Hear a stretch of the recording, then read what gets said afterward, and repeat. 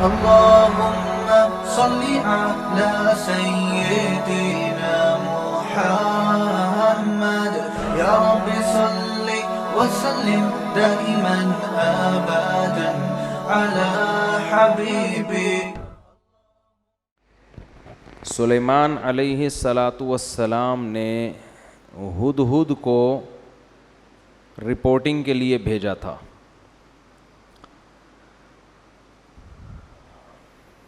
اس سے یہ بھی پتہ چلتا ہے کہ دنیا کی کوئی بھی حکومت ہو، فوج ہو، اس کو خفیہ ایجنسیوں کی بہرحال ضرورت پڑتی ہے جو رپورٹیں لا کے پیش کریں. تو سلیمان علیہ السلام نے ہدہد کو کہا کہ تو غیر حاضر تھا، جب تک غیر حاضری کی مضبوط دلیل پیش نہیں کرے گا اس وقت تک تیرا عذر قبول نہیں ہوگا. اور اس کو پرچہ پکڑا دیا کہ ملکہ سبا جس کے بارے میں تیرا یہ دعویٰ ہے کہ اس کی ایک بہت بڑی حکومت ہے اور بہت شاندار جاندار حکومت، اور وہ اللہ کو چھوڑ کر سورج کو سجدہ کرتے ہیں، تو میرا یہ خط ہے، یہ ملکہ سبا کو لے جا کے پکڑا دے اور دیکھتے ہیں وہاں سے جواب کیا آتا ہے. اسی سے اندازہ ہو جائے گا کہ یہ واقعی سچ کہہ رہا ہے یا جھوٹ. ہدہد نے لے جا کے وہ ملکہ سبا کو پکڑا دیا. پہلے زمانے میں پرندوں کے ذریعے خط و کتابت ہوتی تھی، اس کے لیے پرندے استعمال ہوتے تھے. پرندوں کو سدھایا جا سکتا ہے، بعض پرندوں کو، ہر ایک پرندے کو نہیں. اچھا، یہ جو ہدہد جس کو آج ہم ہدہد کہتے ہیں، یہ وہ والا ہدہد نہیں ہے، کچھ نام چینج ہو گئے ہیں.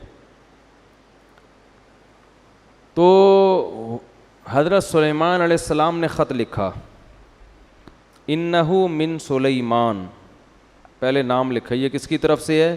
سلیمان کی طرف سے. وَإِنَّهُ بِسْمِ اللَّهِ الرَّحْمَنِ الرَّحِيمِ، اور اس کا مضمون یہ ہے اللہ کے نام سے شروع کرتا ہوں جو بڑا مہربان اور نہایت رحم کرنے والا ہے. بڑی جان ہے اس کلمے میں. آج لوگ تحریر سے پہلے بسم اللہ نہیں لکھتے، یا تو 786 لکھ دیتے ہیں یا لکھتے ہی نہیں کہ کہیں پیپر گر گیا تو بے ادبی نہ ہو جائے. یہ وہمی ہونے کی علامت ہوتی ہے. اتنا زیادہ ادب تمیز کہ آپ کوئی کام ہی چھوڑ دیں، پھر تو کہیں بھی نہیں لکھنا چاہیے، پھر تو قرآن میں بھی نہیں لکھنا چاہیے. کئی بعض دفعہ قرآن انسان کے ہاتھ سے غلطی سے گر جاتا ہے، اللہ تعالیٰ حفاظت میں رکھے. تو اتنا زیادہ نہیں مسلط کرنا چاہیے اپنے آپ کو، اپنے اوپر ان چیزوں کو. ادب ایک حد تک ہو تو ٹھیک ہے، اس سے آگے بڑھے گا تو ٹینشن کے علاوہ کچھ بھی حاصل نہیں ہوگا. آج کسی نے بتایا کہ میں واش روم میں جب پیشاب کر کے فارغ ہوتا ہوں کمبورڈ میں تو چھینٹیں پڑتی ہیں، تو اس میں پوری ڈیٹیل پیش کی تھی. پانی زیادہ ہو تو پیشاب کی مقدار کم ہو تو پھر چھینٹوں کا کیا حکم ہے، پانی کم ہو پیشاب زیادہ ہو پھر چھینٹوں کا کیا حکم ہے، چھینٹوں کی تعداد اتنی ہو تو کیا ہے، پوری رپورٹیں. میں نے بولا بھائی تو استنجا کر کے پتلی گلی سے نکل جایا کر، تھوڑا احتیاط کرو کہ چھینٹیں نہ پڑیں، باقی اتنا رپورٹ پیش کرنے کی ضرورت نہیں ہے. پتلی گلیاں کیوں بنائی جاتی ہیں بھائی؟ اس لیے تو بنائی جاتی ہیں، اگلے نے بھی انتظار کر رہا ہے، وہ باہر کھڑا ہوا، اس کی چھینٹوں کا، اس کا تو سب کچھ حساب کتاب جو ہے نا وہ اس کی پینٹ میں ہو جائے گا تمہاری چھینٹوں کے چکر میں. تو مسلط کر لیتے ہیں اپنے اوپر. تو بعض لوگ ادب تمیز کو مسلط کر لیتے ہیں بہت زیادہ. اب دیکھو اگلی صف میں لوگ قرآن پڑھتے ہیں، مسجد میں پچھلی صف میں قرآن ہی نہیں پڑھتے بیٹھ کے، اس لیے کہ وہ کہتے ہیں اگلے والے کی پیٹھ ہو رہی ہے. کچھ نہیں ہوتا بھائی، اگر ہو رہی ہے تو اب یہ تھوڑی کہ وضو خانے تک کوئی قرآن ہی نہیں پڑھ سکتا بیٹھ کے. تو یہ تو مجبوری ہے، جب صفوں میں بیٹھیں گے تو پشت سے بچنا ممکن نہیں ہے، تو کوئی مسئلہ نہیں ہے. اگلی صف میں بھی لوگ قرآن لے کے بیٹھ جائیں، پچھلی صف میں بھی بیٹھ جائیں لوگ لے کے، اس بہانے تلاوت تو کریں گے نا. ہاں جان کر بے ادبی کرنا یا وہ طریقہ اختیار کرنا جس میں واضح توہین ہو، یہ جائز نہیں ہے. تو ہمارے ہاں عربوں میں ایسا ہوتا ہے کہ پچھلی صفوں میں بھی لوگ قرآن پڑھتے ہیں، ادھر انڈیا پاکستان میں ہوتا ہی نہیں ہے، قرآن کی تلاوت ہی نہیں ہوتی مسجدوں میں اس چکر میں. اچھا، تو حضرت سلیمان علیہ السلام نے خط لکھا، بسم اللہ الرحمن الرحیم، اللہ کے نام سے جو بڑا مہربان اور نہایت رحم کر. کیا جان پیدا ہو جاتی ہے اس سے آپ کی تحریر میں. اور آگے مضمون دیکھو، اللہ تعالو علیہ، بات یہ ہے سرکشی مت کرو، وَأَتُونِي مسلمین، فرما بردار بن کے چلی آؤ، بس دیٹس آل، آگے اپنے سائن یا اسٹیمپ جو بھی ہوگی، اتنی سی بات ٹھیک ہے نا. میں نے اس دن بیان کیا تھا نا کہ زیادہ بولنا کس کی علامت ہے؟ فالٹ کی. تو سلیمان علیہ السلام نے ٹو دا پوائنٹ بات کی ہے. اب سوال پیدا ہوتا ہے بھائی یہ کیا دھمکی ہو گئی یار، بیٹھے بیٹھے کسی کو بھی دھمکی لگا دو، ان کی پوری گورنمنٹ ہے، پوری ریاست ہے، پورا ایک کنٹری چلا رہے ہیں، اور آپ ان سے کہہ رہے ہو کہ انسان کے بچے بن کے چلے آؤ، چھوڑ دو گورنمنٹ، اپنی حکومت چھوڑ دو. اصل میں سلیمان علیہ السلام نے بسم اللہ الرحمن الرحیم کے لفظ میں میسج دے دیا تھا کہ زمین پہ حکومت کا جو اصل حق ہے وہ اللہ کو ہے، اور نظام کس کا چلے گا؟ اللہ کا. اس کے علاوہ کسی کو زمین پر حکومت کا حق حاصل نہیں ہے. ہاں طاقت کے بل بوتے پر کوئی غلبہ حاصل کر لے تو سامنے والے میں اگر طاقت نہیں ہے تو صبر کرے، لیکن سلیمان علیہ السلام میں پاور تھی تو ان کے ہاں صبر والا آپشن نہیں تھا. یہ جو لوگ کہتے ہیں نا کہ طاقت کے زور سے اسلام پھیلا ہے، تو کفر کس زور سے پھیلا ہے؟ کیا وہ جلیبیاں کھلا کے پھیلا ہے، لڈو کھلا کے پھیلا ہے؟ دنیا میں جتنی حکومتیں بنی ہیں طاقت کے زور سے ہی بنی ہیں. ہندوستان میں مہاراجے آئے، انہوں نے لڑ کے علاقوں پہ قبضے کیے، امریکہ دریافت ہوا تو لڑائیاں ہوئی ہیں، کالوں کو مارا ہے، آسٹریلیا میں تو کالوں کو، لاکھوں کالوں کو ایسے مارا ہے بندوقوں سے جیسے ہم ہرن کا شکار کرتے ہیں، اس طرح سے مارا ہے. دنیا میں کہیں بھی کوئی گورنمنٹ پاور کے بغیر نہیں بنی ہے.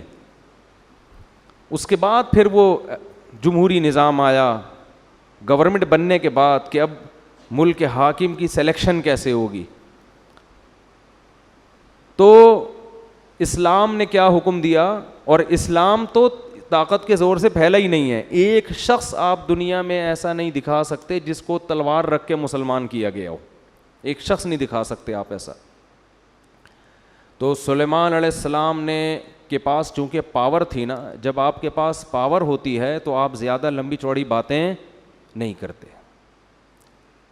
طاقت جب ہوتی ہے نا، دیکھو ایک باڈی بلڈر نے اپنا واقعہ سنا ہے، بہت ڈولے شولے بنے ہوئے بڑے لمبے چوڑے، تو ان کا کسی سے پھڈا ہو گیا نا، جس سے پھڈا ہوا اس نے اس باڈی بلڈر کو دیکھا نہیں تھا، بس ویسے ہی لڑنے چلا گیا گھر. ابے تو نے میرے بھائی کو چھیڑا، ابے تیری ایسی کی تیسی، جا کے دروازہ نوک کیا. اب یہ بلڈر مجھے خود اپنا واقعہ سنا رہا ہے.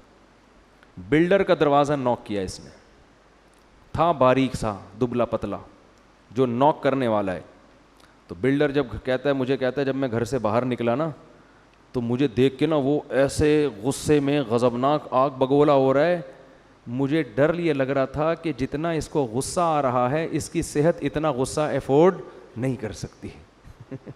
یہ تو میرے الفاظ ہیں، یہ انہوں نے تو کچھ اور کہا تھا، یعنی اس کی تعبیر میں کر رہا ہوں اپنے الفاظ میں کہ اس کی جو صحت ہے یہ اتنا غصہ افورڈ نہیں کر سکتی. تو کہہ رہے وہ ایسے یوں چل رہا تھا تو مجھے ہنسی آ گئی. مجھے لگا کہ یہ تو یہیں کہیں پگھل نہ جائے بھائی غصے سے. تو کہہ رہے مجھے ہنسی آ گئی. میں نے کہا یار جا. وہ چلا گیا بڑے آرام سے. وہ کیا ہوا؟ تو پاور ہے نا، تو زیادہ لمبی چوڑی باتوں کی بولو ضرورت نہیں ہے. ٹو دا پوائنٹ بات سے ہی مسئلہ حل ہو جاتا ہے. اسی طرح یاد رکھو جب کسی باطل سے بحث ہوتی ہے تو باطل سے بحث میں بھی لمبی چوڑی باتوں کی ضرورت نہیں ہوتی، اور باطل کی عادت ہوتی ہے باتوں کو طول دیتا ہے. میری کچھ دن پہلے بحث ہوئی تھی نا تقلید کے موضوع پر. میں نے پوچھا تقلید کسے کہتے ہیں؟ انہوں نے کہا بغیر دلیل کسی کو ماننا، اور یہ حرام ہے. تو میں ایک بات پہ اڑ گیا تھا کہ صحابہ نے بھی تو، بہت سے تابعین نے تو صحابہ کی بات کو بلا دلیل فالو کیا ہے، تو یہ کیا ہے؟ تو وہ پوری بحث میں اس کا جواب نہیں آیا. تو کھینچتے رہو بحث کو، کھینچتے رہو. منکرین حدیث سے دو چار کی طرح ہم باتیں پوچھتے ہیں کہ اگر حدیث حجت نہیں ہے تو یہ جو قرآن نے کہا ہے کہ نبی ڈیفائن کریں گے کہ قرآن میں کیا لکھا ہے، تو وہ نبی کا ڈیفائن کیا ہوا کہاں گیا؟ ہمیں تو یہ حدیثوں میں ہی ملتا ہے. اگر یہ غلط ہے تو پھر صحیح کہاں ہے؟ قیامت تک منکرین حدیث بغلیں جھانکتا رہے گا، اس کا جواب نہیں دے گا, بات کو گھمائے گا وہ. تو باطل ہمیشہ بات کو کیا کرتا ہے, دائیں بائیں گھماتا ہے. قادیانی سے آپ پوچھ لیں کہ فرض کر لو نبی صلی اللہ علیہ وسلم آخری نبی نہیں ہے, نقل کفر کفر نباشت, فرض کر لو, تو اس سے یہ کہاں ثابت ہوتا ہے کہ مرزا نبی ہے؟ حضرت عیسیٰ آخری نبی نہیں تھے, تو کیا ان کے بعد جو بھی نبوت کا دعویٰ کرے وہ نبی ہوگا؟ ایسا تھوڑی ہے. آپ کے ذمے یہ نہیں ہے کہ ختم نبوت کا مسئلہ, آپ کے ذمے مرزا کو نبی ثابت کرنا ہے. تو آؤ اس پہ بات کرتے ہیں کہ مرزا شریف آدمی بھی تھا یا نہیں تھا. آپ شرافت ثابت کر دو, نبی ہم خود ہی مان لیں گے. قادیانی الٹا لٹک جائے گا مگر اس بحث پہ آمادہ نہیں ہوگا, کیونکہ اس کی کتابوں سے پتہ چلتا ہے کہ وہ شریف انسان نہیں تھا, اسی کی کتابوں سے. سمجھتے نہیں ہو میرا خیال ہے بات کو, پھر بھی نکل پڑتے ہو رات کو. تو بحثوں کو الجھانے کی کوشش کی جاتی ہے. تو اللہ تعالیٰ نے, وہ کیا تھا مسئلہ یار, تو سلیمان علیہ السلام چونکہ پاورفل تھے نا, تو یہ نہیں کہ پورا لمبا 6 صفحوں کا لیٹر لکھ رہے ہیں. ایکچولی بات اصل میں یہ ہے کہ دیکھیے میں اللہ کا سچی مچی کا نبی ہوں, اور یہ ہے کہ وہ لمبی, بھائی حاکم سے بات ہو رہی ہے, حاکم کی آنکھوں میں آنکھیں ڈال کے بات کرو گے تو بات سمجھ میں آئے گی. حاکم جیسے ہو تو بات کرو, ورنہ بات کرنے کی ضرورت نہیں ہے. ورنہ عام آدمی کو کیا ضرورت ہے حکمرانوں سے خام خامے پنگا لینے کی. معذرت کے ساتھ ایسے الفاظ میں استعمال کروں, کوئی دوسرا لفظ پنگے کے متبادل ہو تو مجھے بتائیں, اگلے بیان میں وہ یوز کروں گا. پھر میں حاکم سے الجھنے کی بلا وجہ کیا ضرورت ہے, ورنہ اپنی اوقات میں رہو نا. تو سلیمان علیہ السلام کے پاس ایک پاورفل حکومت تھی. تو سلیمان علیہ السلام کا انداز کیا تھا, اللہ تعالی علیہ, مجھ پر سرکشی مت کرنا, مجھ پر سرکشی. کیونکہ بادشاہ کو جب کوئی خط جاتا ہے نا اس قسم کا, تو پہلے تو وہ تیش میں آتا ہے, بھائی اس نے مجھے خط کیسے لکھا ہے, اس نے مجھے, تو انہوں نے پہلے بتا دیا کہ یہ دھمکی والے لہجے میں بات کرنا مجھے بالکل پسند نہیں ہے. ٹھیک ہے نا. جب مسلمانوں کی خلافتیں تھیں نا, تو مسلمانوں کا اسٹائل بھی یہی ہوا کرتا تھا, یہی اسٹائل ہوا کرتا تھا. تو اس لیے قرآن کہہ رہا ہے اپنے آپ کو مضبوط کرو, مضبوط طاقتور بناؤ, اسٹائل چینج کرو. لیکن طاقتور بنائے بغیر اگر اسٹائل چینج کر دیا نا, تو لینے کے دینے پڑ جائیں گے. وہی حال ہو جائے گا جو باڈی بلڈر کے گیٹ پر آیا تھا اور کانپتا ہوا واپس چلا گیا. اللہ تعالی علیہ, سرکشی مت کرو, واتونی مسلمین, اور فرمانبردار بن کے چلی آؤ. اس میں انہوں نے اسلام کی دعوت دے دی, کیونکہ اللہ کا لفظ استعمال کیا, الرحمن الرحیم, بڑا مہربان اور نہایت رحم کرنے والا. اس میں بتا دیا ملکہ سبا بڑی ذہین. میں کہہ رہا تھا نا اللہ نے عورتوں کو مردوں سے کم عقل دی ہے, مگر کچھ عورتیں مردوں سے زیادہ ذہین. ایک طرف ہم ملکہ سبا کو لیتے ہیں, ایک طرف فرعون کو لیتے ہیں. ملکہ سبا نے ایک خط پڑھا ہے, اس کی کھوپڑی میں بات آ گئی, اور فرعون کمبخت, موسیٰ علیہ السلام نے خط نہیں بھیجا, موسیٰ علیہ السلام چل کے اس کے محل میں گئے ہیں. قرآن کہہ رہا ہے قولا لہو قولا لینا, اے موسیٰ ان سے نرم بات کرنا, سختی سے بات مت کرنا. دھمکی آمیز لہجہ نہیں ہونا چاہیے, سختی نہیں, نرم بات, شاید اس کو نصیحت ہو جائے. ادھر سلیمان علیہ السلام کا انداز دھمکی آمیز تھا, ٹھیک ہے نا, نرم لہجہ نہیں تھا. دھمکی آمیز, سرکشی مت کرو, انسان بن کے ہے بھائی. مسلم کا معنی فرما بردار, جس کو اردو میں انسان کا بچہ بولتے ہیں. یہ کہتے ہیں نا بندہ, پنجابی میں کہتے ہیں بندے دا پتر, اردو میں کیا کہتے ہیں, انسان کا بچہ. انسان کا بچہ بن کے آ, انسان بن, بندہ کہتے ہیں نا لاہور میں.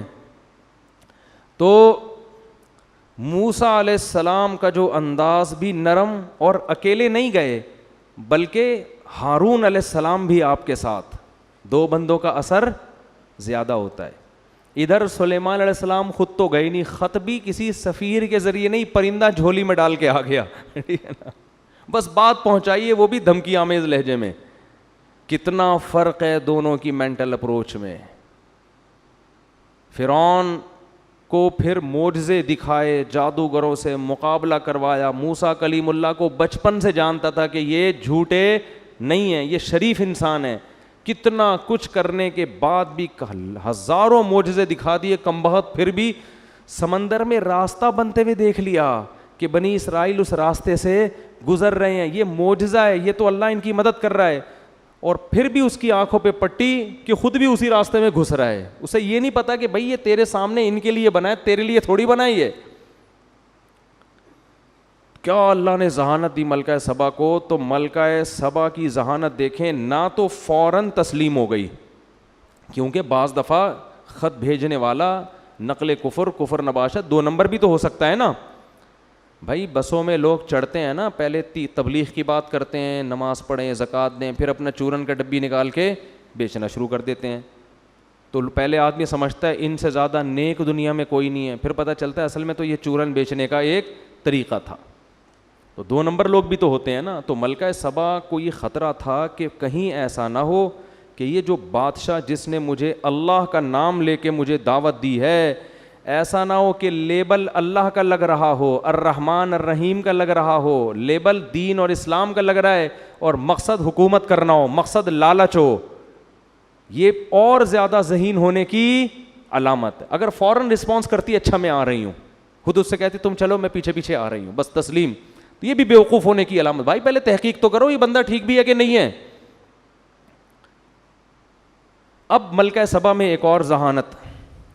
ملکہ سبا کے جگہ ہماری کوئی ملکہ ہوتی تو کیا کہتی, استخارہ نکالیں گے ہم بیٹھ کے. کیا کریں گے ہم, استخارہ نکالیں گے. آج بھی ایک صاحب آئے مجھ سے استخارہ نکلوانے کے لیے, تو استخارہ نکالیں گے, یوں آ گیا تو جائیں گے, یوں نہیں آیا تو نہیں جائیں گے. ملکہ سبا جانتی تھی بھائی کھوپڑی میں جو اللہ لوگوں کے دماغوں میں ڈالتا ہے وہ استخاروں میں نہیں نکلتا. استخارہ تو ایک دعا ہے. تو ملکہ سبا نے سارے اپنے مسٹنڈوں کو جمع, مسٹنڈے تو نہیں کہنا چاہیے, جو بھی درباری تھے نا وہ تھے تو مسٹنڈے ہی, سارے بڑے بڑے جو فوج کے آفیسرز تھے اس کے, لیفٹیننٹ کرنل, جرنل, سارے جو بھی اس زمانے میں بہت مضبوط پاورفل گورنمنٹ تھی. قرآن کہتا ہے وہ اوتیت من کل شیء, ہر چیز اللہ نے اس کو دی تھی, چھوٹی موٹی حکومت نہیں تھی, بہت پاورفل تھی. تو اس نے اپنے سارے جرنیلوں کو جمع کیا, آرمی کا اجلاس طلب کیا, آ جاؤ بھائی, اور کہنے لگی یا ایھا الملا, اے میرے, ملا کہتے ہیں جو اپر لیول کے لوگ ہوتے ہیں نا, جو گورنمنٹ میں بہت اونچی اونچی پوسٹوں پر ہوتے ہیں, ان سے ان کو بٹھا کے کہنے لگی انی القی الی کتاب کریم, میرے پاس ایک لیٹر آیا ہے خاندانی. مضمون سے اندازہ لگا لیا کہ بھیجنے والا بھی کیا ہے, چھوٹا موٹا آدمی. اگر چھوٹا موٹا ہوتا نا تو 6 صفحوں کا خط لکھا ہوتا اس نے, ایکچولی زیادہ ہوتا اس میں, زیادہ ہوتا ٹھیک ہے نا, اور پھر پھول وول بنائے ہوئے ہوتے, 2 گلاب کے پھول بھی خط کے اندر ڈالے ہوئے ہوتے. تو کیسے اس نے, ذہین کتنی تھی اندازہ لگاؤ.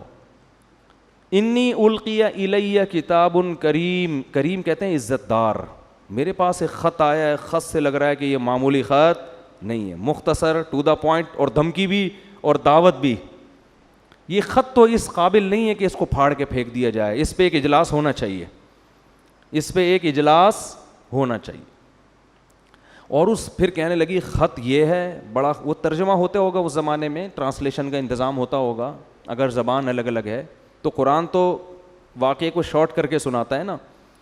اور کہنے لگی انی القی الی کتاب کریم انہ من سلیمان و انہ بسم اللہ الرحمن الرحیم اللہ تعالی علی واتونی مسلمین. پورا خط پڑھ کے سنایا اور کہنے لگی یا ایھا الملأ افتونی فی امری, اے میرے ساتھ اٹھنے بیٹھنے والے لوگوں, مجھے میرے معاملے میں مشورہ دو. یہ بھی ملکہ سبا کے خاندانی ہونے کی دلیل. مشورے سے فائدہ کیا ہوگا کہ اس کے تمام پہلو سامنے آ جائیں گے, پازیٹیو بھی, جو بھی ہم نے کرنا ہے ان میں ہر چیز کو ہم مشورے میں ڈسکس کریں گے, اور اس کے ہر پہلو پہ غور کریں گے, پازیٹیو بھی اور نیگیٹو بھی. تو اس کے بعد ایک رائے قائم کرنا ہمارے لیے آسان. یہ اس کی دوسری دلیل ہے ملکہ سبا کے خاندانی ہونے کی. پھر کہنے لگی ما کنت قاطعۃ امرا حتی تشہدون, جب تک تمہاری رائے سامنے نہ آ جائے اس وقت تک میں کوئی یقینی فیصلہ نہیں کروں گی. یہ تیسری دلیل ہے کیا ہونے کی, قاطعۃ امرا کا مطلب میں اپنی رائے تو پیش کروں گی لیکن فیصلہ میں اس وقت کروں گی جب تمہاری رائے بھی سامنے آ جائے. تو ابھی جو میں رائے پیش کروں گی وہ میرا فیصلہ نہیں ہے, وہ رائے ہے, اور تمہاری رائے آنے کے بعد جو میں رائے دوں گی وہ رائے نہیں ہوگی بلکہ وہ آرڈر ہوگا. یہ اسٹائل مارکیٹ میں ملے گا آج کل آپ کو کہیں ہے بھائی؟ یہ ہمیں بھی اسٹائل سکھایا جا رہا ہے, ٹھیک ہے نا, کہ ہم بھی اپنے فیصلے بولتے کیوں نہیں کریں. ہم سے قیامت تک کوئی فیصلہ ہوتا ہی نہیں ہے. آج قوت فیصلہ, ڈیسیجن پاور جسے کہتے ہیں نا, وہ مارکیٹ سے کیا ہو گئی ہے, شارٹ. سارے زندگی سوچتے رہتے ہیں کرنا ہے کہ نہیں کرنا ہے, کرنا ہے کہ نہیں کرنا ہے, کرنا ہے کہ نہیں, کوئی طریقہ ہی نہیں ہے نتیجے تک پہنچنے کا. قالوا نحن اولو قوت, وہ پاورفل لوگ تھے, سمجھدار لوگ تھے. انہوں نے بات کیا کی, انہوں نے کہا دیکھو بھائی, نحن اولو قوت, ہم پاورفل لوگ ہیں, طاقتور لوگ ہیں, کمزور نہیں ہیں. کیا مطلب؟ اگر تو لڑائی کا آرڈر دے گی تو بزدلی نہیں دکھائیں گے. یہ کسی ملک کی آرمی کے خاندانی ہونے کی دلیل ہے کہ جب گورنمنٹ مشورہ لے رہی ہو فوج سے, کیا خیال ہے بھائی اس کنٹری پہ حملہ کرنے کا, تو فوج یہ نہیں کہ ابھی دیکھیں ایکچولی ابھی تو اتنے سارے مسائل چل رہے ہیں, کیا ابھی پھڈا ختم نہیں ہوا, دوسرا پھڈا شروع کر دیا آپ نے ہیں, یہ کوئی بات ہے لڑائی پھڈے. اور خط بھی تو دیکھو نا, خود ہی کہہ رہی ہو خاندانی خط ہے, اوپر سے اس بندے سے لڑواؤ گی ہم کو. معیشت دیکھو کہاں جا رہی ہے, ڈالر دیکھو کہاں جا رہا ہے, وہ بھی لڑائی کی بات. یہ فوج پہ یہ باتیں سوٹ بولو نہیں کرتی, فوج پہ یہ بات سوٹ کرتی, بھائی لڑائی کے لیے ہر وقت تیار ہے, آرڈر کرو, بس آرڈر آپ کا ہوگا. یہ بھی فوج کے کیا خاندانی ہونے کی دلیل. لیکن انہوں نے ایک فالٹ تھا اس میں, فالٹ یہ تھا کیونکہ وہ ملکہ سبا کی طرح ذہین نہیں تھے. فالٹ یہ تھا کہ آپ رائے وہ دیں جو آپ کی اپنی خدمات تو پیش کریں آپ, لیکن آپ سے مشورہ یہ نہیں لیا جا رہا کہ آپ لڑنے کے لیے تیار ہیں یا نہیں. مشورہ آپ سے یہ لیا جا رہا ہے کہ لڑنا مناسب ہے یا نہیں, کیا کریں. اس بارے میں انہوں نے کوئی مشورہ نہیں دیا. تو اس کا مطلب خاندانی تھے مگر اتنے نہیں جتنی ملکہ سبا خاندانی تھی. ظاہر ہے یہ اس سے زیادہ خاندانی ہوتے پھر یہ اس کے باپ بن کے بیٹھے ہوئے ہوتے نا وہاں پہ, ٹھیک ہے نا, اس کی تھوڑی سلیکشن ہوتی. تو والامر الیک, کہنے لگے ہم طاقتور لوگ ہیں, کمزور نہیں ہیں, لڑنے کے لیے ہر وقت تیار ہیں. والامر الیک, لیکن فیصلہ تو نے کرنا ہے. ملک کی حاکم کون ہے؟ تو ہے. فانظری ماذا تأمرین, تو بتا تیرا کیا حکم ہے. ملکہ سبا بہت ذہین تھی. اگر وہ یہ کہہ دیتی کہ نہیں بھائی ابھی میرا لڑنے کا پروگرام نہیں ہے, اس میں دو نقصان تھے. ایک یہ کہ آرمی کہتی کہ بھائی اس نے فیصلہ جلد بازی میں کیا ہے, اس کو چاہیے کہ دوسرا پہلو بھی ہمارے سامنے, لڑنے کے فضائل بھی اور نہ لڑنے کے بھی ہمارے سامنے رکھے. دوسرا نقصان اس میں یہ ہوتا, یعنی پہلا تو یہ ہوتا کہ اس نے فیصلہ جلد بازی میں کیا ہے, دوسرا یہ ہوتا کہ یہ بزدل ہے, ہماری گورنمنٹ اپنے آپ کو بچانے کے چکر میں دوسروں کی دھمکیوں کو پی رہی ہے. تو یہ دونوں چیزیں امیج غلط جاتے. تو ملکہ سبا نے دونوں پہلو سامنے رکھے. اس نے کہا دیکھو بات یہ ہے کہ نہ تو میں لڑائی سے بھاگنے والی ہوں, نہ میں اس کی قائل ہوں کہ ہر صورت میں لڑیں. ہم دیکھتے ہیں کہ لڑنا اگر ہمارے لیے فائدہ مند ہے تو لڑیں گے, نہیں لڑنا فائدہ مند تو نہیں لڑیں گے.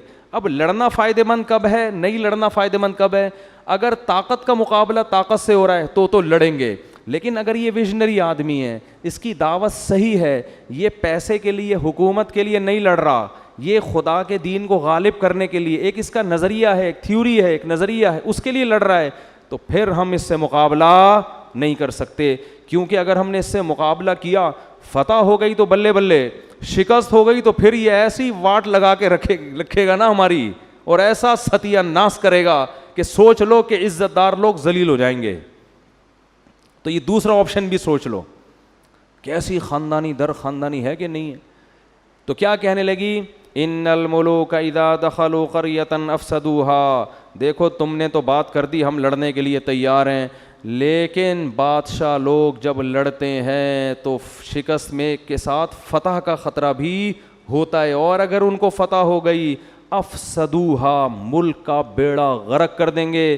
وجعلوا اعزت اہلها اذلۃ, اور بادشاہوں کی عادت ہے ملک فتح کرنے کے بعد عزت دار لوگوں کو ذلیل بنا دیتے ہیں. میں بھی باندی بن سکتی ہوں, لونڈی بن سکتی ہوں, تم بھی سارے کیا بن جاؤ گے, قیدی بنو گے, غلام بنو گے. وَكَذَلِكَ يَفْعَلُونَ, یہ بھی کریں گے ایسا. لہذا ہم یہ تحقیق کرتے کہ یہ اہل حق ہیں, یہ اہل باطل. تو اب آپ مجھے بتاؤ کہ جو آدمی خامخواہ میں دھمکیاں دے رہا ہو, اس کے پیچھے کوئی ویژن نہ ہو, تو اس سے اس کا دنیاوی مفاد کے علاوہ کوئی مقصد ہوگا؟ ہے بھائی, خامخواہ میں ایک آدمی کسی کو تنگ کر رہا ہے, اس کا مطلب بھائی آپ اس کے وسائل پہ قبضہ کرنا چاہتے ہیں. ایک ملک جب دوسرے ملک پہ بلا وجہ حملہ کر رہا ہے, اس کا مطلب اس کے وسائل کس کے کنٹرول میں لانا چاہ رہا ہے؟ اپنے.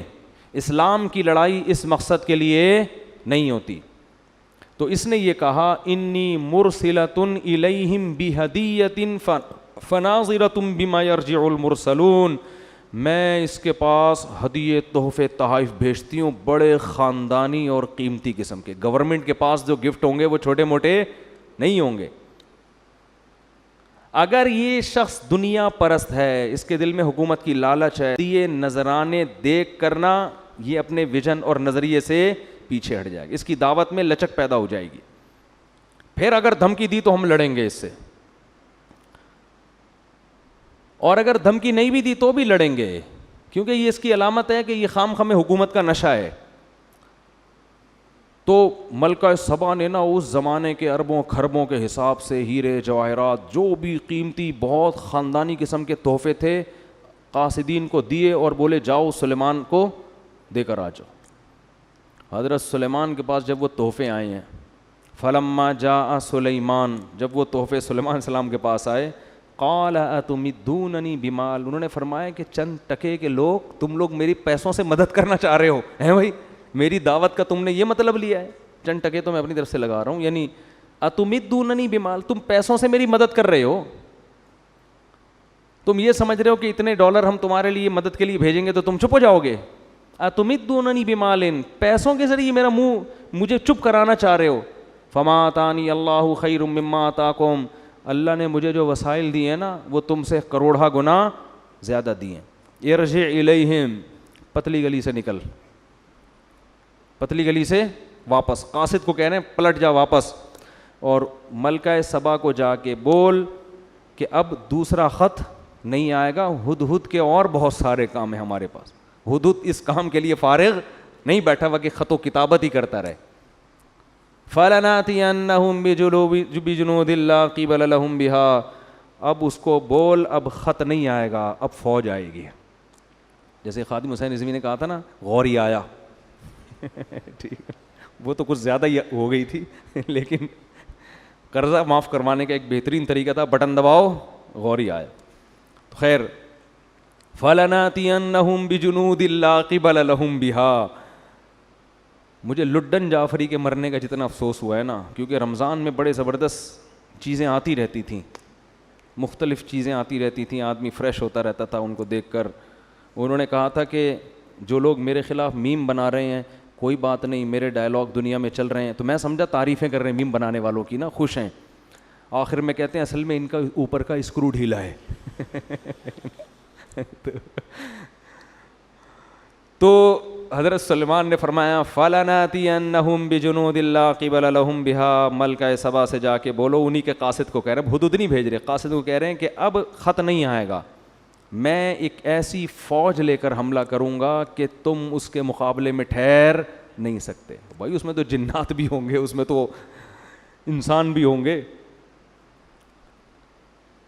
اور وَلَنُخْرِجَنَّهُم مِّنْهَا أَذِلَّةً وَهُمْ صَاغِرُونَ, اور ہم ان کو ان کے ملک سے ذلیل کر کے نکالیں گے, اور یہ سب عزت دار لوگ رسوا ہو جائیں گے. پھر ہم اتنے عزت سے نہیں, لڑائی ہوگی تو پھر لڑائی کا انجام تمہیں پتہ ہے کیا ہوتا ہے.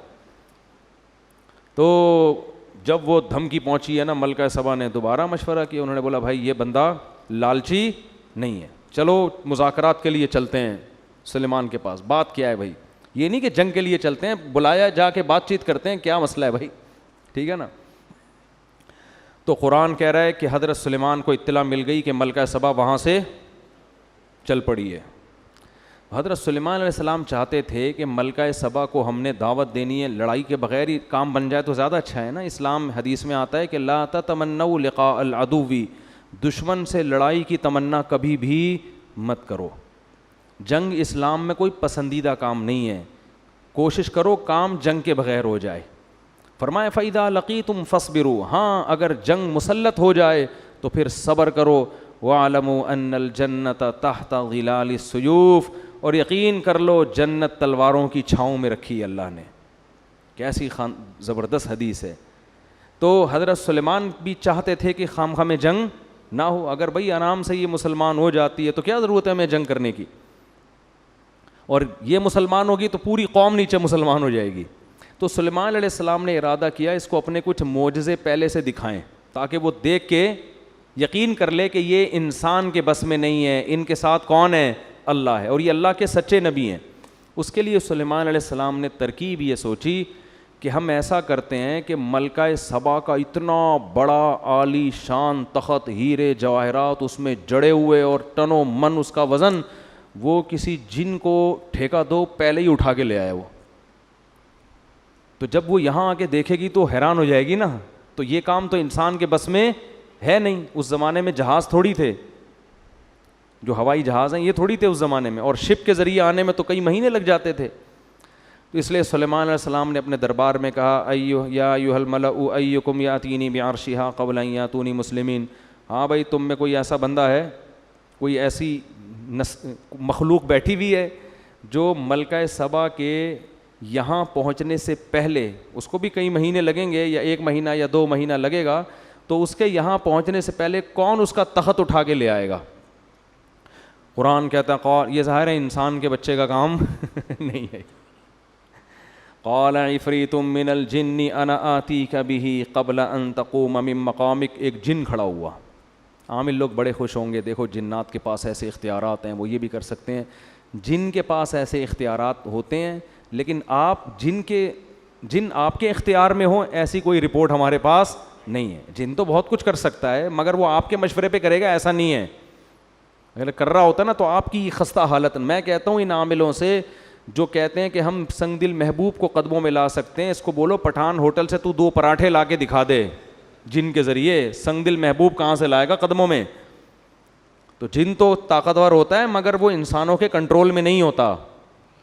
تو وہ صرف سلیمان علیہ السلام کے کنٹرول میں تھے. تو جن نے کہا میں, آپ اس کی بات کر رہے ہیں کہ وہ یہاں پہنچے گی پھر تخت آئے گا. ارے آپ کی مجلس برخاست ہونے سے پہلے تخت آپ کے سامنے. قرآن کہتا ہے قال الذی عندہ علم من الکتاب. ایک بزرگ بیٹھے ہوئے تھے سلیمان علیہ السلام کی محفل میں. وہ پیغمبر نہیں تھے, امتی تھے. ان کے پاس کتاب یعنی زبور کا علم تھا. اس سے پتہ چلتا ہے بھائی اللہ کی کتاب کا علم بھی کتنی بڑی فضیلت ہے. اللہ فضیلت میں بیان کر رہا ہے جن کے پاس اللہ کی کتاب کا علم. اس لیے قرآن کو سمجھ کے سیکھو. قرآن کا علم ہونا یہ اللہ کی بہت بڑی نعمت ہے. تو وہ نیک تھے.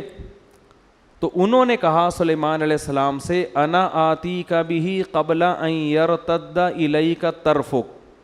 حضرت یہ جن کہہ رہا ہے کہ مجلس برخاست ہونے سے پہلے میں آپ کی پلک جھپکنے سے پہلے حاضر کروں گا. یہ کہا اور تخت سامنے حاضر.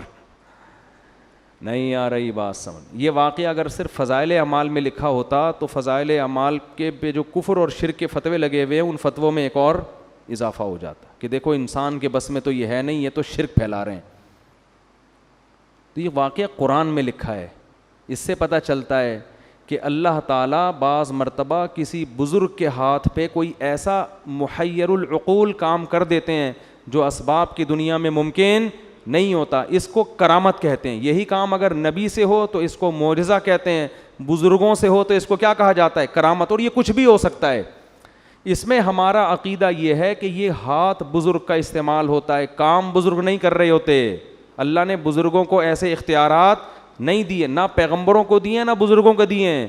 پیغمبر کا معجزہ بھی اللہ کی طرف سے ہوتا ہے, پیغمبر کا دخل نہیں ہوتا اس میں. مردوں کو حضرت عیسیٰ زندہ کرتے تھے تو حضرت عیسیٰ نہیں کرتے تھے, بلکہ کون کرتا تھا؟ اللہ کرتے تھے. حضرت عیسیٰ تو صرف کہتے تھے. تو اللہ نے ان بزرگ کے ہاتھ پہ کرامت ظاہر کی. تو اسی طرح فضائل اعمال میں جو درجنوں واقعات لکھے ہیں ان بزرگ نے یہ کر دیا, ان بزرگ, یہ کرامت کے واقعات ہیں. ان کو شرک کہنا اس لیے درست نہیں ہے کہ ان میں ان بزرگ کی طرف مجازی نسبت ہے. حقیقت کون کر رہا ہے؟ اللہ. ہاں کرامت کا واقعہ اگر مستند کتاب میں لکھا ہو یا مستند ذریعے سے پہنچے تو اس کو مانو, بیان کرنے والا مستند نہیں ہے تو پھر اس کو مت مانو. اب فضائل اعمال میں جو کرامتیں لکھی ہوئی ہیں وہ جن کتابوں سے لی گئی ہیں, وہ کتابیں اگر مستند ہیں تو کرامت کا واقعہ بھی درست, کتابیں مستند نہیں ہیں تو کرامت کا واقعہ درست نہیں ہے. اور دوسری بات یہ کہ جو لوگ فضائل اعمال کے خلاف کلپ بناتے ہیں ان سے کہو اصل کلپ تو اس کتاب کے خلاف بننا چاہیے جس کتاب سے فضائل اعمال نے وہ کرامت لی ہے, اس کتاب کے خلاف کوئی کلپ بنانے کے لیے تیار نہیں ہے, کیونکہ وہ کتابیں بڑے بڑے محدثین کی لکھی ہوئی کتابیں ہیں اور محدثین کو برا بھلا کہیں گے تو لوگ ان کو جوتے ماریں گے, تو اس لیے انہوں نے فضائل اعمال کو پکڑا ہوا ہے. نہیں آ رہی سمجھ میں میرا خیال ہے بات؟ تو یہ خیانت ہے بہت بڑی کہ جو اصل کتاب ہے اس کو تو کچھ نہیں کہہ رہے, ٹھیک ہے نا, اور جہاں جو نقل کر رہے ہیں اس کو کہہ رہے ہیں یہ فضائل اعمال اور فضائل صدقات میں شرک بھرا ہوا ہے, تو ان کو شرک کی ڈیفینیشن ہی پتہ نہیں ہے. تو ان بزرگ نے کیا کہا. اب یہاں ایک اور لوگ سوال کرتے ہیں کہ یہ کرامت تو صحابہ کے ہاتھ پہ ظاہر نہیں ہوئی جو فضائل اعمال میں لکھی ہوئی ہیں, یہ تو نبی کے ہاتھ پہ یہ معجزہ نہیں ہوا تو بزرگ کے ہاتھ پہ کیسے ہو گیا, اس کا مطلب بزرگ صحابہ سے بھی افضل ہیں. تو یہی سوال ہم یہاں کریں گے کہ سلیمان علیہ السلام تو تخت کو سیکنڈوں میں لا نہیں سکے, لیکن مجلس میں بیٹھے ہوئے بزرگ نے کہا اور تخت سامنے حاضر, تو کیا ہم یہ کہہ سکتے ہیں کہ وہ بزرگ حضرت سلیمان سے افضل ہو گئے؟ نہیں, کرامت کے صدور سے کوئی شخص دوسرے سے افضل نہیں ہو جاتا. کرامت تو اللہ کی طرف سے ایک اکرام ہے بزرگ کا کہ دیکھو میں اس پہ خوش ہوں اور اس کے ہاتھ پہ میں کیسی چیزیں ظاہر کر دیتا ہوں. یہ اس کی علامت نہیں ہے کہ اس وقت دنیا میں سب سے افضل یہی ہے, اور یہ بھی ممکن ہے کہ ایک پیغمبر کے ہاتھ پہ وہ معجزہ ظاہر نہ ہو جو کسی امتی کے ہاتھ پہ کرامت ہو جائے, یہ بھی عین ممکن ہے. باقی افضلیت کا تعلق اعمال سے ہے, کرامتوں سے نہیں ہے. کون افضل ہے سب سے؟ جو شریعت پہ سب سے زیادہ چلتا ہے, تو وہ تو پیغمبر سب سے زیادہ چلتے ہیں نا. اور علماء کہتے ہیں امتی کے ہاتھ پہ کرامت کا ظاہر ہونا یہ پیغمبر ہی کے فضیلت کی دلیل ہے, اس لیے کہ اس امتی کو یہ مقام اس پیغمبر کی امت کے امتی ہونے کی وجہ سے ملا ہے. وہ جو بزرگ تھے نا جنہوں نے کرامت ظاہر کی اور تخت فوراً لے آئے, تو اصل میں یہ فضیلت سلیمان علیہ السلام کی تھی. وہ بزرگ سلیمان علیہ السلام کو فالو کرتے تھے, اسی وجہ سے تو یہ انعام ملا نا ان کو. اسی وجہ سے حضرت سلیمان اس بزرگ کا شکریہ نہیں ادا کر رہے, بلکہ جیسے ہی تخت حاضر ہوا ہے تو کہہ رہے ہادہ من فضل ربی, یہ میرے رب کا مجھ پر فضل ہے. نہیں آ رہی بات؟ کیا مطلب؟ گویا یہ میرا معجزہ ہے کہ میرے امتیوں کے ہاتھ پہ ایسا کچھ ہو رہا ہے, تو یہ ان کا نہیں, یہ کس کا کمال ہے؟ یہ کمال اللہ نے مجھے دیا ہے کہ مجھے فالو کرنے کی وجہ سے ان کو ایسے انعامات ملے ہیں. تو فضائل اعمال اور صدقات میں جو بزرگوں کی کرامتیں لکھی ہوئی ہیں وہ محمد صلی اللہ علیہ وسلم کی فضیلت کی دلیل ہیں کہ اللہ نے سید الانبیاء کو اتنا اونچا مقام دیا کہ سید الانبیاء کو فالو کرنے والوں کے ہاتھ پہ اللہ نے ایسی ایسی کرامتیں ظاہر کی ہیں. تو اس سے پیغمبر کا مقام کم نہیں ہو رہا, بلکہ پیغمبر کا مقام اونچا ہو رہا ہے کہ ان کی امتیوں میں پچھلی امتوں سے بھی زیادہ بڑی بڑی کرامتیں صادر ہوئی ہیں. نہیں آ رہی میرا خیال ہے بات سمجھ میں؟ تو سلیمان علیہ السلام نے کیا کیا, وہ ان بزرگ نے کہا کہ میں آپ کی پلک جھپکنے سے پہلے کیا لے آؤں گا؟ تخت سامنے. یہ کہا اور تخت سامنے, کیونکہ پلک تو جھپکنے میں تو سیکنڈ لگتے ہیں. اب جیسے ہی حضرت سلیمان نے دیکھا نڑے یہ تو تخت یہیں آ گیا فوراً, تو فرمانے لگے ہذا من فضل ربی, یہ میرے رب کا کیا ہے؟ فضل ہے, مجھ پر فضل ہے. لیبلونی ااشکر ام اکفر, اللہ مجھے آزمانا چاہتا ہے کہ میں اس کا شکر گزار بنتا ہوں یا ناشکرا. میں نے اس دن بیان میں کہا تھا نا کہ پیغمبر جب بھی کوئی نعمت دیکھتے ہیں تو شو نہیں مارتے, اتراتے نہیں ہیں اور بڑی بڑی باتیں نہیں کرتے, بلکہ کس کی طرف نسبت کرتے ہیں؟ اللہ کی طرف. شکر بھی ادا کرتے ہیں اور استحضار بھی کرتے ہیں کہ مجھے آزمایا جا رہا ہے, ایسا نہ ہو میں اس میں پڑھ کے اللہ کو بھول جاؤں. ہمارے ہاتھ پر کوئی ایسی کرامت ظاہر ہو نا, کوئی انڈا ہی اٹھا کے ہم لے آئیں کہیں سے, پٹھان ہوٹل کا پراٹھا لے آئیں, چلو فرض کرو اٹھا کے لے آئیں اگر ہم, تو 6 مہینے شو مارنے میں لگیں گے کہ نہیں لگیں گے؟ دیکھا اس دن میں نے سنگ دل محبوب قدموں میں لایا تھا کہ نہیں لایا تھا؟ لایا تھا کہ نہیں لایا تھا؟ دیکھا اس دن میں نے خواب سنایا تھا, اگلے دن سچا نکلا کہ نہیں نکلا؟ 6 مہینے کس میں لگیں گے؟ شو مارنے میں. ادھر سلیمان علیہ السلام یہ نہیں کہہ رہے فخر دیکھو میرے امتیوں میں ایسے ایسے لوگ ہیں ہزاروں کلومیٹر دور سے تخت سیکنڈوں میں ایسا ہی تھوڑی یہاں بیٹھا ہوا ہوں بھائی، ایسا ہی تھوڑی، بہت سے پیغمبروں سے اللہ نے مجھے فضیلت دی ہے، ایسی کچھ نہیں، بلکہ کیا کہہ رہے ہیں، یہ میرے رب کا فضل ہے، میرا کمال نہیں ہے، اور میرے رب نے مجھ پر یہ فضل اس لیے کیا لیبلونی، مجھے آزما رہا ہے وہ، اشکر ام اکفر، کہ میں شکر گزار بنتا ہوں یا ناشکرا۔ آگے کہنے ومن شکر فانما یشکر لنفسی، دیکھو جو شکر کرتا ہے اپنے خود ہی فائدہ ہوگا اس کا، اللہ کو کوئی فائدہ نہیں ہے، ومن کفر فان ربی غنی کریم، اور جو ناشکری کرے گا اللہ کا کوئی نقصان نہیں ہے، میرا رب بے پرواہ ہے، اسے انسانوں کے شکر کی ضرورت نہیں ہے، کریم عزت دار پہلے سے ہے، وہ کسی کی ناشکری سے اس کی عزت میں کمی نہیں ہوتی۔ اب جب تخت آ گیا نا تو اب سلیمان علیہ السلام نے سوچا ملکہ سبا آتے ہی یہ تو اس تخت کو پہچان جائے گی، کیونکہ ایک دم 100% وہی تخت، اس جیسا تو کسی کا نہیں ہے، تو اسے تھوڑا سرپرائز دینے کے لیے ہم اس تخت میں تھوڑی سی چینجنگ کرتے ہیں تاکہ اس کو تھوڑا سوچنا پڑے۔ جب انسان کنفیوز ہونے کے بعد کسی حقیقت پر مطلع ہوتا ہے تو اس پر اثر زیادہ ہوتا ہے۔ سمجھ میں نہیں آ رہی بات؟ تھوڑا سا کنفیوز ہو نا پھر پتہ چلے بھائی یہ وہی ہے۔ جیسے حضرت یوسف جب مصر کے بادشاہ بنے نا تو جو ان کے بھائی جب گئے ہیں تو حضرت یوسف کو پہچانا نہیں، لیکن کنفیوز ہو گئے تھے کہ ان کی شکل کس سے مل رہی ہے، ہمارے بھائی سے۔ پھر یوسف علیہ السلام نے بھی ان کو بتایا نہیں کہ میں تمہارا بھائی ہوں، بلکہ ان سے پوچھا کہ تمہیں پتہ ہے تم نے اپنے بھائی کے ساتھ کیا کیا تھا کنویں میں، یہ نہیں بتایا کہ میں وہی ہوں۔ یہ سوال پوچھنا تھا کہ بھائی سمجھ گئے کہ یہ کون ہے، کیونکہ یہ واقعہ تو یوسف کے علاوہ کسی کو معلوم نہیں تھا۔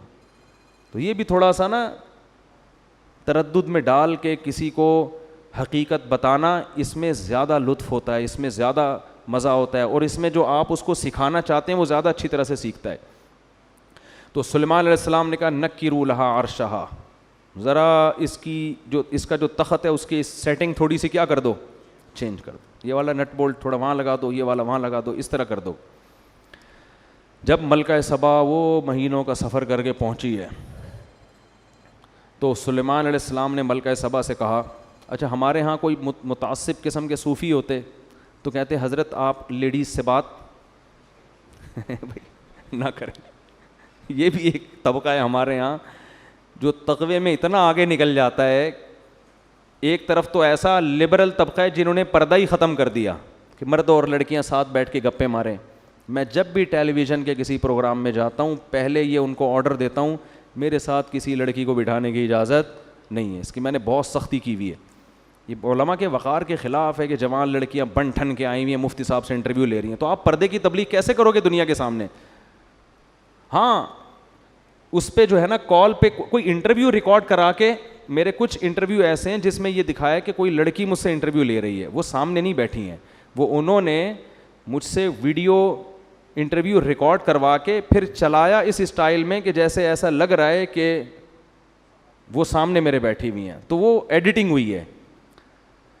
تو ایک طبقہ تو ہمارا یہ ہے کہ جنہوں نے پردے کے حکام کی دھجیاں اڑا دی، ایک طبقہ اتنی صوفی پنے کی انتہا کو پہنچا ہوا ہے جہاں عورت سے بات کرنے کی ضرورت ہے وہاں بھی وہ بات کرنے کے لیے تیار نہیں ہے۔ اب کوئی خاتون اگر آپ سے مسئلہ پوچھنے کے لیے آ رہی ہے تو پردہ کرنا تو اس کی ذمہ داری ہے، اگر وہ نہیں کر رہی تو آپ کو شریعت نہیں کہتی یہاں سے بھاگ جاؤ فوراً کہ وہ مسئلہ پوچھنے آئی آپ بھاگیں وہاں سے، آپ بیٹھیں مسئلہ بتائیں۔ ہاں تنہائی کسی عورت کے ساتھ بند کمرے میں اختیار کرنا اس کی اسلام میں اجازت نہیں ہے، اور آپ اس کو محبت سے پردے کی ترغیب بھی دے دیں۔ تو ہمارے یہاں کچھ جو اس طرح کے لوگ ہیں نا تو وہ سلیمان علیہ السلام پر یہ اعتراض کہ وہ پہلے سلیمان علیہ السلام کے پاس جا کے کہتے حضرت آپ کو لیڈیز سے بات کرنے کی اجازت نہیں ہے بالکل۔ تو لیکن پیغمبر تھے کون بولتا؟ تو سلیمان علیہ السلام نے جب دیکھا کہ ملکہ سبا آئی تو سب سے پہلے اس سے سوال پوچھا اہا کذا عرشک، یہ تخت آپ ذرا دیکھیں بتائیں کہ کیا آپ کا جو تخت ہے اسی ٹائپ کا ہے یا نہیں ہے؟ تو وہ بڑے حیران ہو گئی کہ یار بالکل اسی جیسا لگ رہا ہے لیکن 100% وہ ہے بھی نہیں۔ تو کہنے لگی قالت کأنہ ہو، ایسا لگ رہا ہے کہ یہ وہی ہے، یعنی وہ ہے تو نہیں لیکن ایسا لگ رہا ہے کہ گویا کہ یہ وہی ہے. پھر کہنے لگی کہ بڑا کمال آپ نے کیا کہ اسی جیسا تخت ہدہد کی رپورٹوں کے ذریعے اس نے کہیں لا کے نقشہ بتایا ہوگا اور آپ نے اسی جیسا تخت بنا لیا, کیونکہ اس کے تو وہم و گمان میں بھی نہیں کہ سیکنڈوں میں یہ تخت وہاں سے اڑ کے یہاں آ سکتا ہے. لہذا وہ کہہ رہی ہے کہ کمال ہے بھائی, اسی جیسا تخت آپ نے کیسے بنا لیا.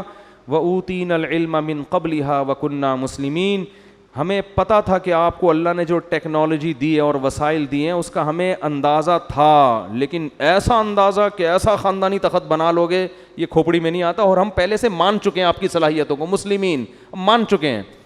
یہ تو اس کے تصور میں ہی نہیں کہ یہ وہی ہے.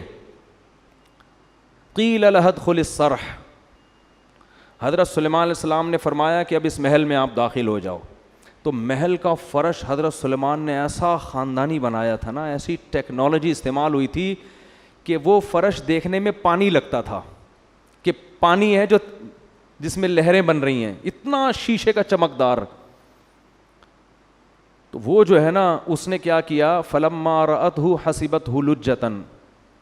اچھا, اس سے یہ بھی پتہ چلتا ہے کہ اللہ نے اگر آپ کو وسائل دیے ہیں تو اچھا گھر بنانا, اچھا ڈیکوریٹ کرنا گھر کو, لائف اسٹائل کو ذرا لگژری بنا لینا, یہ شریعت کے خلاف نہیں ہے. کوئی صوفی وہاں پر ہوتا, نالائق ٹائپ کا صوفی, وہ پہلے تو حضرت سلمان کے ملکہ سبا کی اس سے بات چیت پر اس کو اعتراض ہوتا, ایک آپ نامحرم سے بات کیوں کر رہے ہیں آپ, ٹھیک ہے نا. دوسرا اعتراض اس کو یہ ہوتا ہے کہ یہ کیا ہے بھائی, یہ کیا ہے تخت مخت, آپ نے بھی تخت بنایا ہوا, آپ کا اتنا عالی شان تاج ہے, اور یہ آپ نے اتنے خوبصورت فرش بنائے ہوئے ہیں, ٹائلیں لگائی ہوئی ہیں فرش کے اوپر, اور ایسا خاندانی فرش کے دیکھنے میں کیا لگ رہا ہے, پانی لگ رہا ہے. اس زمانے میں ایسا شیشہ بنا لینا کہ پانی لگے, وہ تالاب لگے, یہ کیا بھائی, آپ کو تو ایک جھونپڑے میں رہنا چاہیے, ایک پرانے سے بوسیدہ کپڑا پہن کے اللہ اللہ کرنا چاہیے, یہ کیا بھائی. جب اللہ نے وسائل دیے ہیں تو یہ بھی بولو ٹھیک, اور جب نیت اچھی ہو تو اور زیادہ ٹھیک. نیت کیا ہے بھائی, دنیا پہ جو روب اور دبدبا پڑے گا وہ جھونپڑے دیکھ کے نہیں پڑے گا, وہ اسی دنیا کا اسٹائل یہی ہے. لینڈ کروزر میں کسی کے یہاں رشتہ لینے جاؤ فوراً ملے گا, گدھے پہ بیٹھ کے جاؤ گے کیا خیال ہے, ملے گا. تو جب رشتہ نہیں ملتا بھائی گدھے پہ بیٹھ کے جانے میں, تو کوئی حکومت آپ سے کیسے تسلیم ہو جائے گی آپ کے سامنے, غلیلیں لے کے میدان میں جا رہے ہیں لڑنے کے لیے. تو اسی وجہ سے ہمارے نبی نے بھی اس کا بڑا اہتمام کیا ہے. جب کوئی وفد ہمارے نبی سے ملنے آتا تو آپ اپنے لباس کو چینج کرتے, اچھا لباس پہنتے, اپنے بالوں میں کنگھی کرتے, اور پھر جو دوسرے ملکوں میں آپ سفیر بھیجتے نا مذاکرات کے لیے, ان کی پرسنالٹی بڑی زبردست تھی. جتنے سفیر نبی صلی اللہ علیہ وسلم نے دوسرے ملکوں کے لیے بھیجے ہیں, ان میں مفسرین کہتے ہیں دو چیزیں قدر مشترک تھیں. ایک ان کی پرسنالٹی, خوبصورت بہت تھے, قداور تھے. دوسرا بلاغت بہت تھی, بات کرنا جانتے تھے, آواز اچھی تھی, بات بہت اچھی, کیونکہ اس سے بڑا اچھا میسج جاتا ہے. اب کسی ایسے آدمی کو بھیج دیا جو ہکلا رہا ہے وہاں جا کے, ہے بھائی, یا اس کی پرسنالٹی نہیں ہے, تو اس سے امیج اچھا نہیں پڑتا. یہ جو تھے رضی اللہ عنہ, یہ بھی سفیر تھے دوسرے ملکوں میں, یہ اتنی پرسنالٹی, اتنے خوبصورت تھے کہ حضرت عمر نے اپنے دور خلافت میں ان پر مدینہ آنے پر پابندی لگا دی, اور کہا اگر مدینہ آئیں تو چہرہ ڈھانپ کے آئیں, کیونکہ بہت سی عورتوں کو ان کو دیکھ کے فتنہ ہونے لگا تھا. یعنی مدینہ آتے نا تو جن عورت کی ان پہ نظر پڑتی اس کے بارے میں خطرہ ہوتا کہ یہ کوئی ان پہ فریفتہ نہ ہو جائے, عاشق نہ ہو جائے. ایسی خوبصورت پرسنالٹی نبی نے روم اور کسرا کے بادشاہوں کے لیے رکھی ہوئی تھی, ان کے پاس بھیجتے تھے. تو جب محل میں داخل ہوتے ہوں گے اور نبی کا پیغام پہنچاتے ہوں گے تو وہ غور سے سنتا ہوگا کہ نہیں سنتا ہوگا. تو دنیا اسباب کا ہے نا. ہاں, دوسری طرف حضرت بلال بھی ہیں. حضرت بلال کو آپ صلی اللہ علیہ وسلم نے سفیر نہیں بنایا لیکن مؤذن بنایا, ان کو بتایا کہ تمہارے قدموں کی آہٹ کہاں سنتا ہوں میں, جنت میں. تو شکل کی وجہ سے آخرت میں کوئی وہ نہیں ہوگا, لیکن دنیا کا اصول یہ ہے کہ دنیا میں یہ چیزیں ویلیو رکھتی ہیں, اور نبی نے بھی ان چیزوں کا خیال کیا ہے.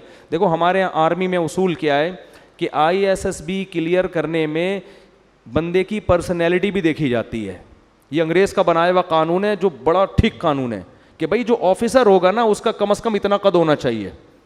وجہ کیا ہے؟ اگر آفیسر کی پرسنالٹی نہیں ہے، پرسنالٹی اس کے ماتحت کی ہے، تو ماتحت بولے گا میرے سے تو 3 فٹ تو میرا فوجی آفیسر تو 3 فٹ کا تو آفیسر ہے میرا، میں اس کو ایک ٹھڈا ماروں یہ 6 کلابازی کھا کے وہاں گرے گا.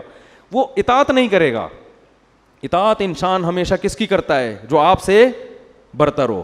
یہ انسان کی نیچر ہے. تبھی تو عورت کو حکم دیا ہے کہ اس کا نکاح اس سے برتر میں ہونا چاہیے، اس سے کمتر میں.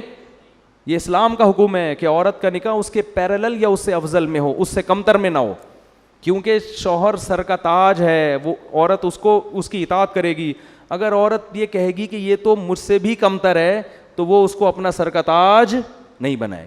اگر پی ایچ ڈی لڑکی کی شادی دوسری کلاس میں بھاگے ویسے کر دیں گے، میٹرک میں بھاگے ویسے کر دیں گے، تو وہ لڑکی ذہنی طور پر اس کو اپنا میاں بولو نا نہیں مانے گی. بے جوڑ کی شادی، تبھی تو پھر طلاقیں ہو رہی ہیں.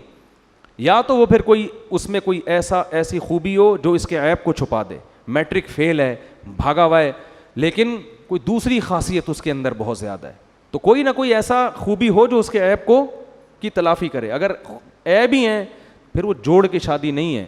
تو اس کے یہ اسلام نے بھی ان چیزوں کا بڑا حکم دیا ہے. لوگ سمجھتے ہیں بس اسلام پر عمل کرو تو بس چھوڑ دو دنیا کے سارے اصول، بس مکھنچوؤں کی طرح زندگی گزارو. ایسا نہیں ہے. تو خیر جلدی سے میں بات کو سمیٹ کے ختم کرتا ہوں.